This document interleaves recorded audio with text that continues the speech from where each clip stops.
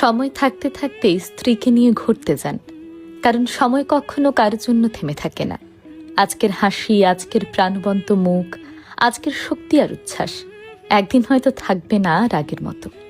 স্ত্রী কিন্তু শুধুই সংসারের দায়িত্বের সাথী নন, তিনি আপনার স্বপ্নের অর্ধেক, আপনার সুখ দুঃখের সবচেয়ে নীরব শ্রোতা। তাকে নিয়ে ভ্রমণ মানে শুধু বাইরে যাওয়া নয়, বরং সম্পর্ককে নতুন করে সাজানো, ভালোবাসাকে প্রতিদিনের ধুলো থেকে ধুয়ে মুছে চকচকে রাখা। সময় থাকতে থাকতে ঘুরতে গেলে মনে জমে থাকা অভিমান গলে যায়, হাসি ফিরে আসে সহজেই। দুজনের মাঝে জন্ম নেয় নতুন গল্প, যা বয়স বাড়লেও স্মৃতির অ্যালবামে চিরদিন রঙিন হয়ে থাকে। পরে আফসোস করে লাভ নেই, যখন শরীর বলবে চল, কিন্তু মন বলবে পারবো না। তাই আজই, এখনই স্ত্রীর হাতটা ধরে বেরিয়ে পড়ুন, কারণ জীবনের আসল সম্পদ সেই মুহূর্তগুলোই যা দুজন একসাথে উপভোগ করেছেন।